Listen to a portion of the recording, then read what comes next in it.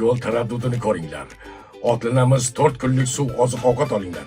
Men yurtim uchun o'zimni qurbon qilmoqchiman. O'lim oldi oyog'imga tiz cho'ktirdim. Endi menga rohat yashagandan shirin o'lim lazzatliroq. Aziz bolajonlar, animatsion filmlar qanday ishlab chiqarilishi haqida bilasizmi?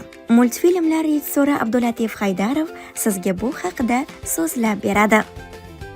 Animatsion film ishlab chiqarish misol uchun umuman murakkab jarayon bo'ladi, tushuntirib berishga harakat qilaman. Biroq multfilm ishlab chiqarishdan avval g'oyadan keyin ssenariy. Misol uchun bitta multfilm ssenariysi mana shunday taxminan shunaqa ko'rinishda yozilgandan keyin hamma o'qiydi va hamma o'zicha tasavvur qiladi. Keyin ishni boshlaymiz. Unda bir 10 dan ortiq yo'nalishlari bor, ya'ni bosqichlari deylik. Ssenariydan keyin mana qahramonlar yozilgan. Har biri rassom avvalambor uni rasmlarini chizadi.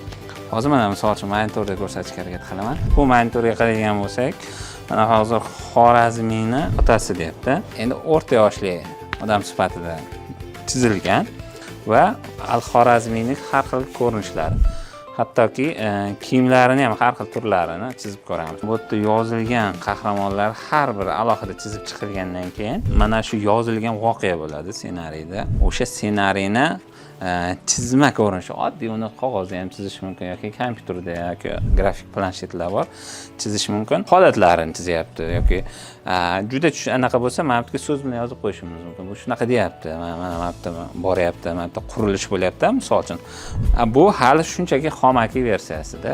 Keyin mana voqealar aniq bo'lgandan keyin bular ham suhbatlashadi-da. Ya'ni mana bu yerda dialoglar ketyapti. Mana shu yerdagi mutaxassislar ovoz beradi. Ovozlarda shunchaki aktyor emas, professional aktyor bo'lish shart emas. Biz shunchaki yozib olganimizdan keyin biz keyingi bosqichga o'tamiz, ya'ni voqea bo'ladigan joylar bo'ladi. Mana misol uchun aytayapti, bu yerda voqeada yozyapti-da. Qurilish maydoni, bu yerda gumbaz yasamoqchi, graduslar qayerdan kelgan, shu rasmga qarab ham qisman tushunsa bo'ladi. Keyin 3 o'lchamli modelga aylanyapti. Boyagi rasm ko'rinishi, mana oldi, yoni har xil ko'rinishda mana skrinshotlar. Taxminan shunaqa tasvirda ko'rinib turibdiki, yuzini mana boshqaruvchilar, ya'ni kontroller deymiz. O'sha harakatga keltiruvchi uskunalari-da, mana qoshiniki, ko'ziniki yoki mana bu yuz atrofi, mana labiniki. Mana bittasini hozir harakatlantirib ko'ramiz. Mana og'zini ushlaymiz va mana ko'ringlar, mana shunaqa ochiladi.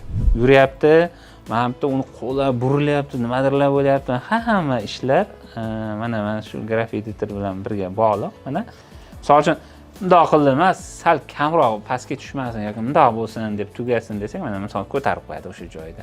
Ssenariyda oddiy suhbatlar ketyapti. O'sha suhbatlar alohida yozib olinadi-da, aktyor tomonidan, ya'ni videoda nima deyotgan bo'lsa, aktyor o'sha obrazga kirib shuni misol uchun gapirib beradi. Ya'ni rol o'ynaydi, ovoz beradi. Mana shunday qilib, siz sevib tomosha qiladigan multfilmlar dunyoga keladi. Ko'proq milliy animatsion filmlar ishlashga e'tibor qaratamiz. Oxirgi yillarda shu tarix bilan bog'liq animatsion filmlardan Buyuk Ipak yo'li sarguzashtlari, ya'ni 4 qismdan iborat va eng katta yana bir loyihalarimizdan shu buyuk bobolarning bolaligi, ya'ni 10 ta ajdodimizning bolaligi. Ya'ni unda eng mashhur taniqli ajdodlarimizdan Al-Xorazmiy bor, Ibn Sino, Mahmud Qashqari, Kamoliddin Behzod, Alisher Navoiylar bor, Bobur Mirzo bor. Umuman har birini shu bolaligi haqida bir animatsion film ishladik. Muhammad, tur o'g'lim. Tura qol tez-tez. Qani, kiyimlaringni to'g'rilab ol.